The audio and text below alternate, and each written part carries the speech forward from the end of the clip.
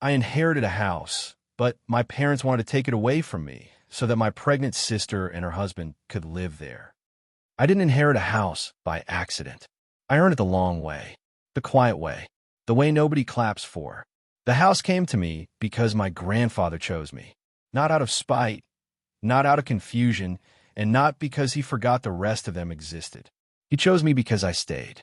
Because when the world narrowed down to hospital rooms, pill organizers, and long nights where sleep came in 10-minute stretches, I was still there. Because love, to him, wasn't something you announced at holidays. It was something you proved when things got ugly. I loved my grandfather more than anyone else on this earth. And I don't say that lightly. He was the only person in my family who ever saw me clearly. Not as a problem to fix. Not as a disappointment to manage. Just as a man doing his best with the cards he'd been dealt. My parents never loved him the way I did. My sister didn't either. They loved the idea of him. His stories when they were convenient, his money when it was relevant, his house when it became useful. But when his hands started shaking and his memory slipped sideways, when caring for him stopped being charming and started being work, they vanished. Quietly, politely, with excuses that sounded reasonable if you didn't look too close. I looked close. I was there when he forgot where he'd put his glasses and accused himself of going blind. I was there when he woke up at 3 in the morning, convinced he'd missed a shift at a job he'd retired from 20 years earlier. I was there when pride finally broke, and he let me help him bathe, teeth clenched, eyes turned away, ashamed of needing anything from anyone. I told him it was all right. I told him we all end up needing help. I told him he'd already paid his dues. He believed me. My parents visited once every few months. They came clean and pressed, like guests at a funeral who don't intend to stay long. They brought groceries that didn't match what he could eat anymore. They asked the same shallow questions and nodded through his answers like they were listening to a radio playing in another room. My sister showed up even less. She always had something going on, something important, something loud and public and urgent. She kissed his cheek like it was a chore, scrolled her phone while he talked, and left early with a smile that never quite reached her eyes. They didn't see what I saw. They didn't see how he watched the driveway after they left. They didn't see how his shoulders sagged when the door closed. They didn't hear him say, softly, like it was an apology, "I guess folks are busy." I stayed until the end of his days. Not because I thought there'd be a reward. Not because I was angling for anything. I stayed because it was the right thing to do, and because walking away never once felt like an option. When he died, it was quiet. No drama. No speeches. Just a long exhale and a stillness that filled the room. I held his hand until it went cold. I closed his eyes. I sat there long after the nurse left, listening to the house settle around me. That house knew me. That house knew him. And that house became mine. The will was clear. Painfully clear. He'd had it drawn up years earlier, back when his mind was sharp and his voice still carried weight. The lawyer explained it in a neutral tone, like he was reading off a grocery list. The house was left to me, solely. No conditions. No shared ownership. My parents smiled thinly. My sister went stiff. Nobody said a word at first. They didn't have to. I lived my whole life reading the room before anyone opened their mouth. I knew what was coming. It didn't come right away. That would have been too honest. First came the condolences, then the silence, then the conversations that didn't include me, the kind that happened just outside the door, voices lowered, assumptions already made. Then one afternoon, my mother called. She didn't ask how I was holding up. She didn't ask how the house felt without him in it. She jumped straight to logistics like grief was something you scheduled around. "We've been talking," she said. "That phrase has never meant anything good in my family." She explained, carefully, gently, like she was doing me a favor, that my sister was pregnant, that she and her husband needed stability, but the house would be perfect for them. Good schools nearby, plenty of space, a real family home. She didn't ask if I agreed. She told me what they expected. They wanted me to sign the house over. Not permanently, they said. Just for now. Just until the baby was older. Just until things settled. They spoke like the decision had already been made, and I was just there to catch up. I listened. I always listen first. I asked one question. "What about me?" There was a pause. The kind that tells you everything. "You're single," my mother said. "You don't need all that space. I didn't raise my voice. I didn't argue. I didn't remind her of the nights I slept on a chair next to her father's bed. I didn't mention the appointments, the medications, the years. I said, he left it to me. Her tone hardened. Family share. That was rich, coming from people who hadn't shared a single burden. My sister called later. She didn't pretend. She went straight for guilt, for obligation, for pressure dressed up as morality. You don't need it like we do, she said. This isn't fair. Fair. I thought about my grandfather's hands shaking as he tried to button his shirt. I thought about the nights I ate cold food because I couldn't leave him alone long enough to cook. I thought about how fairness had never once worked in my favor before. I told her no. That's when the real story began. They didn't come at me like family. They came like creditors. First it was phone calls. Then it was drop-ins. Then it was the meeting they scheduled without asking me, like I was an employee who needed to be corrected. They sat at my kitchen table, the same one my grandfather used to eat oatmeal at every morning, and spoke to me like I was a temporary problem that needed to be resolved before the baby arrived. My father leaned forward, hands folded, voice calm in that way men use when they think authority comes from volume control. You need to think long-term, he said. This isn't just about you. That was always their favorite move. Shrink me down. Expand everyone else. I looked at him and said, funny how long-term only matters now that there's something you want. My sister shot me a look sharp enough to cut glass. Her hand was already resting on her stomach like a shield, like proof that she automatically mattered more. You don't understand what responsibility is, she said. You've never had to. I laughed. I didn't plan to. It just came out, short, ugly, and honest. I wiped his mouth when he forgot how to eat without shaking. I said, I slept in that chair for 3 nights straight because he was afraid to be alone. Don't lecture me about responsibility. Silence. Thick. Uncomfortable. My mother broke it by doing what she always does, reframing. No one's denying you helped, she said. Helped. Like I carried groceries once. But this is about what's best for the family. That word again. Family. The same family that left me alone to handle hospice paperwork. The same family that asked me for updates instead of offering relief. The same family that suddenly found time when there was property involved. They told me I was being selfish. They told me my grandfather would have wanted the house used properly.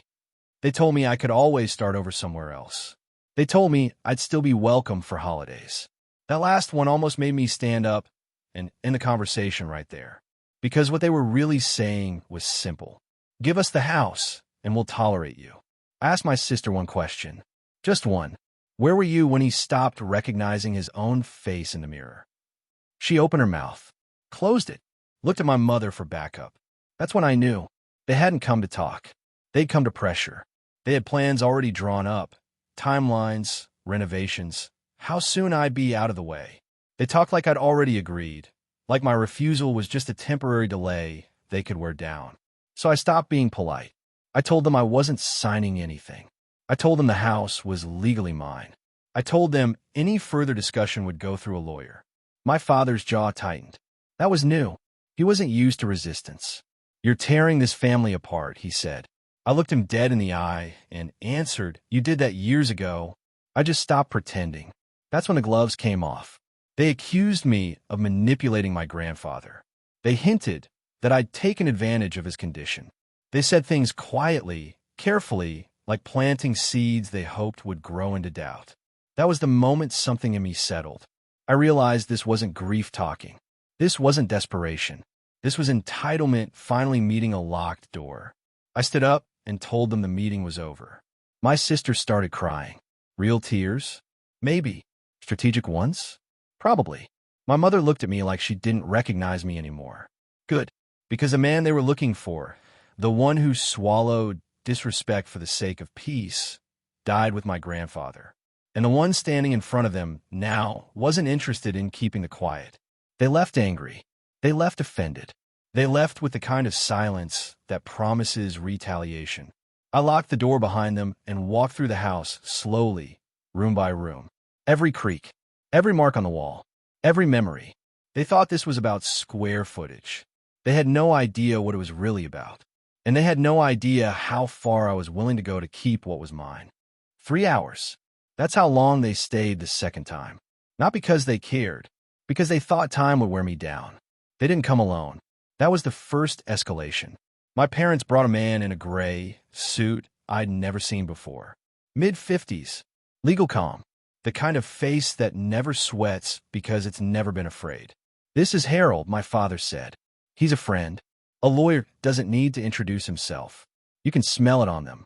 They sat him at the table like a prop, like authority made flesh. Like I was supposed to feel smaller just because someone with credentials was breathing my air. Harold didn't raise his voice. He didn't have to. He talked slowly, carefully, like explaining consequences to a child. He used words like capacity, like undue influence, like contestability.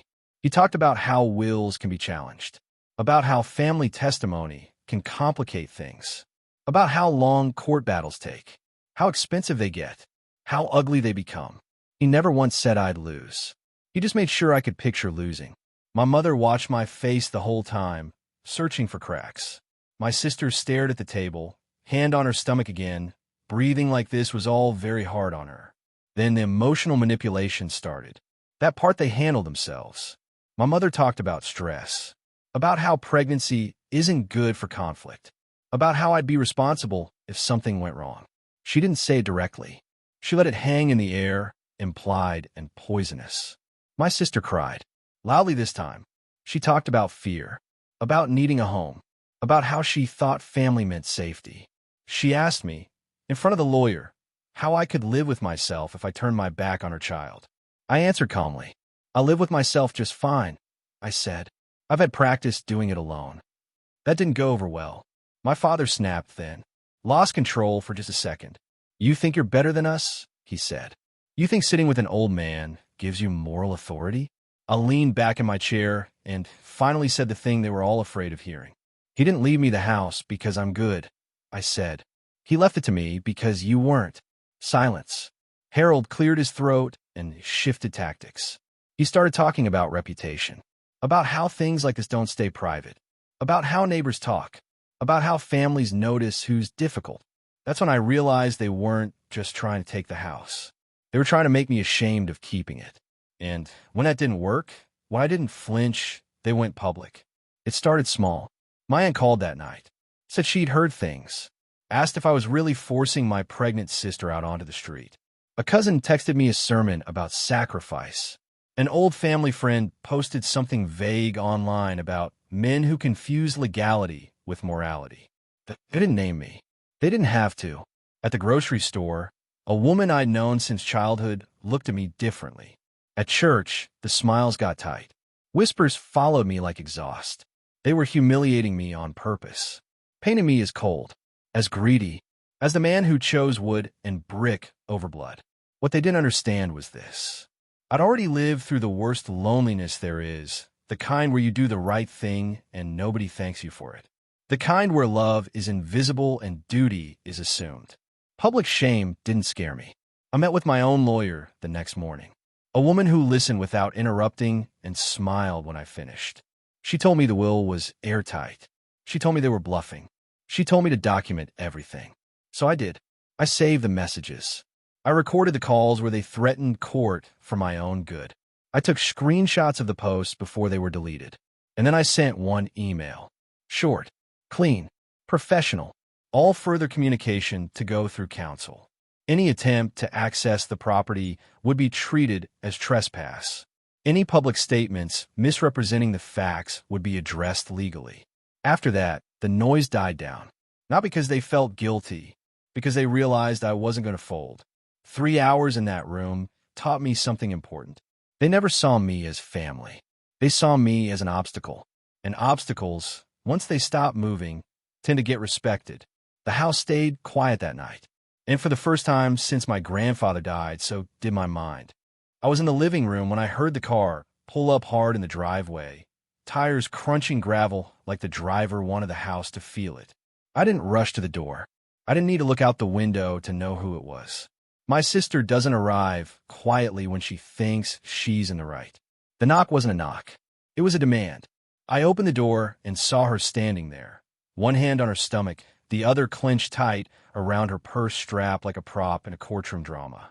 Behind her stood her husband, tall, thick-necked, red-faced, the kind of man who thinks volume equals authority and intimidation counts as character. He stepped forward before either of us said a word. "So, this is it?" he said, looking past me into the house like he was already measuring rooms. "You just gonna hide behind paperwork while my wife's carrying a child?" I didn't step aside. I didn't invite them in. "This is private property," I said. "Say what you came to say and leave." My sister's eyes flashed. "Don't talk to him like that." I looked at her and answered evenly. "Then don't bring him here to do your talking." That's when he smiled. Not friendly, not amused. The kind of smile meant to warn. "You're pushing things," he said. "People don't like being pushed." There it was, out in the open. No pretending anymore. I told him calmly, "Threatening me on my own doorstep is a bad idea." He took one step closer, just enough to test me, just enough to let me know what he thought he was capable of. "You think the law's going to be here when family handles family?" he said. I didn't raise my voice. I didn't back up. I said, "Every word you say is being remembered." That threw him off. Men like him expect fear, or shouting, or submission. Silence with spine confuses them. My sister jumped in then, tears ready on cue. "Look at what you're doing," she said. "You're tearing everything apart." He's just upset. We're all under pressure. Pressure. That word again. Like it excused everything. Her husband scoffed. Upset doesn't even cover it. "You think you can sit there alone in this big house while my kid grows up without space? Without stability?" I finally answered him directly. "You don't get to raise your voice at me in the house my grandfather left because you want it." That did it. His face darkened. He leaned in close enough that I could smell his breath. He lowered his voice like that, made him more serious. "You keep hiding behind that old man's ghost," he said, "and one day something's going to happen that papers can't fix." I didn't move. I didn't blink. I said, "Step back. Now." For a moment, I thought he might not. I saw the calculation flicker, the question of how far he could go without consequences. My sister grabbed his arm. "Stop," she hissed. "Not here." That told me everything, too. She knew exactly what she'd brought to my door. I pointed to the driveway. "You have 10 seconds to leave," I said. After that, the next conversation includes police reports and restraining orders. He laughed once. Short. Ugly. "You wouldn't dare." I smiled then. Just slightly. "I already did," I said. "The moment you threatened me." They left angry. Not victorious. Not satisfied. Angry because intimidation hadn't worked. Because I hadn't folded. Because the man they thought they could scare was standing exactly where he meant to. I locked the door behind them and stood there for a long moment, hand on the wood my grandfather once refinished himself. That was the moment I stopped seeing this as a family dispute. That was the moment I understood something simple and final. They weren't just trying to take my house anymore. They were trying to break me into giving it up, and they were going to fail. He came back 2 days later, alone this time. That told me he wasn't there to talk. He was there to finish what he thought he'd started. I was in the kitchen when I heard him try the door handle. Not knock, not ring, just a hard pull, like he'd already decided he belonged on the other side of it. I opened the door and didn't step back. He stood there with his hands in his pockets, jaw tight, eyes scanning past me into the house again. Same look as before. Ownership without permission. "You got a minute," he said. Not a question. "No," I said. "You need to leave." He didn't. Instead, he stepped forward and planted his boot right over the threshold. Deliberate. Calculated. Like crossing a line on purpose just to see what would happen. "You really think calling lawyers and cops makes you untouchable?" he said. "Men have handled things long before paperwork existed." I felt it then. Not fear, not adrenaline. Just clarity. I said, "Take your foot off my property." He laughed. A low one. The kind meant to remind you he was bigger, louder, more willing to be ugly. "What are you going to do?" he asked. "Cry to the cops again? Tell them your sister's husband hurt your feelings?" He stepped fully inside. That was the mistake. I didn't shove him. I didn't threaten him back. I didn't raise my voice. I took one step away, pulled my phone out, and said calmly, "You're trespassing. I'm calling the police." He scoffed. "Go ahead." So I did. I told the dispatcher my address. I told her there was a man inside my home who had previously threatened me and refused to leave. I spoke clearly, slowly, like someone who knew exactly what mattered. He started pacing then, getting louder, talking about how nobody would side with me, about how I was hiding behind the system, about how accidents happen to people who don't understand consequences. I didn't respond. I didn't need to. Every word he said was digging his hole deeper. When the sirens came into range, his confidence cracked. Not all at once, just enough to show the truth underneath. You didn't have to do this, he said. This could have stayed between us. I looked at him and answered, you brought it here.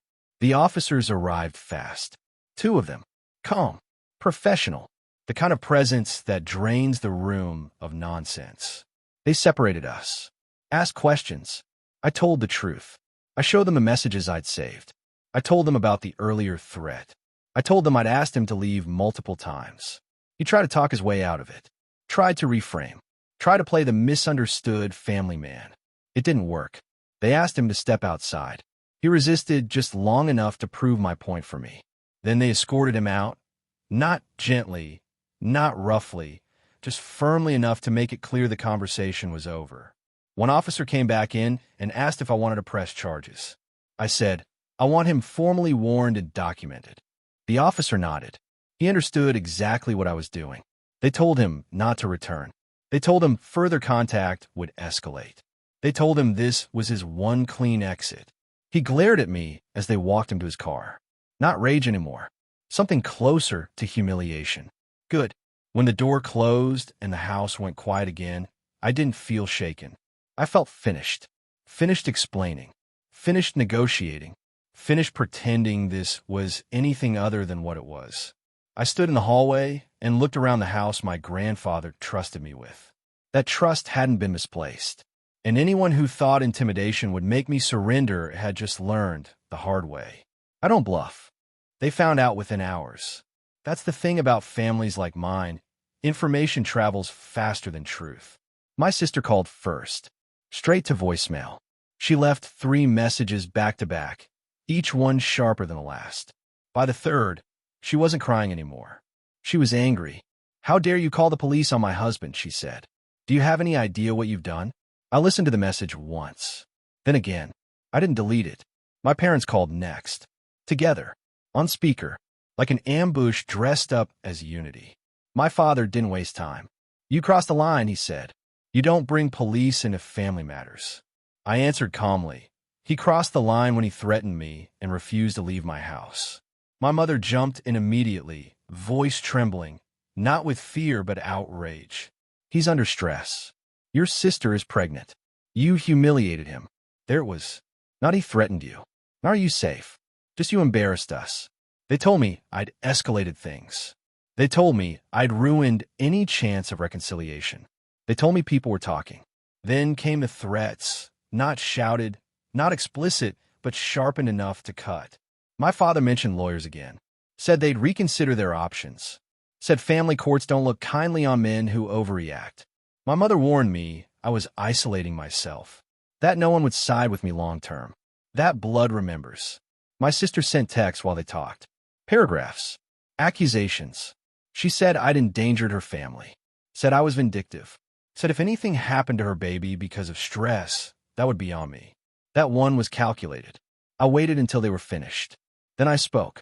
Your son-in-law threatened me in my own home, I said. He came back after being told not to. He refused to leave. I called the police because that's what adults do when someone refuses to respect boundaries. Silence. I continued. If any of you contact me again to threaten, intimidate, or pressure me, I'll document it the same way. My father scoffed. You think you're untouchable now? No, I said. I think I'm done being cornered. That's when the tone shifted. They told me I was no longer welcome at family events. They told me I'd be cut off, as if there was anything left to cut. They told me I'd regret choosing the house over them. I said the truth, finally and out loud. You chose this years ago. I just stopped pretending you didn't. My sister sent one last message that night. You're dead to me. I didn't respond, because what she really meant was, you didn't obey. And for the first time in my life, I was fine with that. I locked the doors. I saved every message. I slept without regret. They wanted fear. They wanted silence. They wanted control. What they got instead was a man who knew exactly where the line was and had the courage to enforce it. And they hated me for it. I didn't wake up one morning eager to sue my own family. That's a story people like to tell later, that I was looking for revenge, that I wanted to punish them. The truth is simpler and colder than that. I was tired of being threatened. The messages didn't stop after the police visit. They changed shape, that's all. Less shouting, more implication. Late-night calls that rang once and stopped. Emails that talked about consequences. A drive-by slow enough to be noticed. My sister's husband parking across the street for 10 minutes at a time, engine running, just sitting there like a reminder. They wanted me jumpy. They wanted me looking over my shoulder. They wanted me to feel unsafe in the one place my grandfather trusted me to protect. So I went to court. Not loudly, not emotionally, methodically. My lawyer laid everything out in clean lines. Dates, times, screenshots, voicemails, the police report, the prior warning, the continued contact after being told to stop. A pattern. That word matters in court. I sat there while strangers read my family's words back to me in neutral voices. It sounded worse coming from someone who didn't have history with us. Threats don't age well when they're stripped of context and excuses. The judge didn't look impressed. My sister cried. My mother shook her head like this was all a misunderstanding. Her husband stared straight ahead, jaw tight, still convinced this was something he could bully his way through. He was wrong. The judge asked one question that cut through everything. Why did you continue contacting him after law enforcement instructed you not to? Nobody had a good answer. Stress didn't qualify. Pregnancy didn't qualify. Family didn't qualify. The order came down clean and firm. No contact. No approaching me. No approaching the house. No indirect communication. No third parties just checking in. A fixed distance. A fixed duration. Clear consequences. The judge looked directly at them when she said it. Not angry. Final. I signed the paperwork without shaking. When it was over, my parents wouldn't look at me. My sister whispered something to her husband that sounded like a promise. He didn't look at me either. Not this time. He knew better now. Outside the courthouse, my lawyer asked how I felt. I told her the truth. Relieved. Because the line was no longer mine to defend alone. It was drawn in ink. Enforced by people who didn't care about family politics or who cried harder in the hallway. That night, I went home and stood on the porch for a long time. The house was quiet. The street was empty. No cars idling. No shadows lingering. I thought about my grandfather then, about how he used to say that peace isn't something you're given, it's something you secure. He was right. They can call me cold. They can call me heartless. They can tell whatever version of this story helps them sleep. What matters is this. They don't come near me anymore. They don't come near the house. And for the first time since he died, the place feels like what he wanted it to be. Safe. Life didn't get louder after court. It got quieter. That's how I knew I'd done the right thing. No more unknown numbers lighting up my phone. No more cars slowing down in front of the house. No more messages dressed up as concern that carried threats between the lines. The silence wasn't empty. It was clean. I kept living. I fixed the loose step on the back porch my grandfather used to complain about. I finally repainted the spare room, the one he always said had good light. I planted tomatoes where he'd planned to, but never got around to. Simple things. Honest things. Nobody bothered me. The order worked exactly the way it was supposed to. Distance has a way of clarifying reality. Without access to me, my parents stopped performing. My sister stopped pretending this was about fairness. Her husband stopped trying to feel big. They all faded into the background where they belonged. I didn't feel guilty. That surprised me at first. I've been trained my whole life to feel guilt for surviving, for standing my ground, for not shrinking fast enough to keep other people comfortable. But once the noise stopped, so did the conditioning. I slept better. I stopped replaying conversations in my head. Stopped bracing myself when the phone rang. Stopped wondering what version of me they were describing to strangers. Let them talk. I know who I am. I'm the man who stayed when it mattered. I'm the man who protected what was entrusted to him. I'm the man who didn't confuse cruelty for family or threats for authority. The house feels settled now, like it knows it's safe. Sometimes I sit in the same chair my grandfather used to sit in and watch the afternoon light move across the floor. I think about how he used to say that a man's job isn't to keep everyone happy. It's to live in a way he can respect when the room goes quiet. The room is quiet now, and I respect the man standing in it. They don't come near me anymore. They don't get a say. They don't get access. What they lost wasn't a house. It was control. And what I gained wasn't just property. It was peace.